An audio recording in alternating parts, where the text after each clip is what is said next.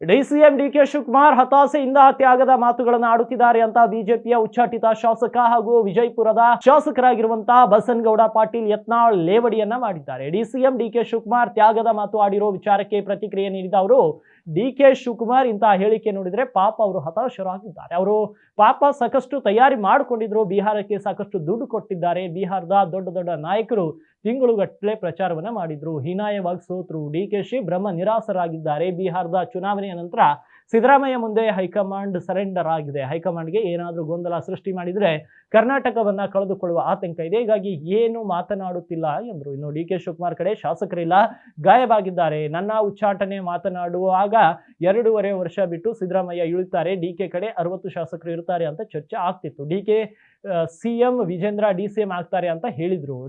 ಡಿಕೆಶಿ ವಿಜೇಂದ್ರ ನೇತೃತ್ವದಲ್ಲಿ ಸರ್ಕಾರ ಆಗುತ್ತೆ, ಅದಕ್ಕೆ ನಾನು ತೊಡಕನಾಗುತ್ತೇನೆ ಅಂತ ನನ್ನನ್ನು ಉಚ್ಚಾಟನೆ ಮಾಡಿದ್ರು. ಇದನ್ನ ರಾಷ್ಟ್ರೀಯ ನಾಯಕರೇ ನನಗೆ ಹೇಳಿದ್ದಾರೆ. ಡಿಕೆ ವಿಜೇಂದ್ರ ಸರ್ಕಾರ ಮಾಡಿದ್ರೆ ಕರ್ನಾಟಕದಲ್ಲಿ ಗಿಡ ಮರ ಬಂಗಾರ ಬೆಳ್ಳಿ ಉಳಿಯುತ್ತಿರಲಿಲ್ಲ, ಇಬ್ರು ಸೇರಿ ಸ್ವಚ್ಛ ಮಾಡ್ತಿದ್ರು. ಪುಣ್ಯಕ್ಕೆ ಆದ್ರೆ ಡಿಕೆಶಿ ಜೊತೆ ಶಾಸಕರು ಇಲ್ಲ. ಉಪಮುಖ್ಯಮಂತ್ರಿ ಆಗುವ ಆಸೆಯಲ್ಲಿದ್ದ ವಿಜೇಂದ್ರ ಹತಾಶರಾಗಿದ್ದಾರೆ.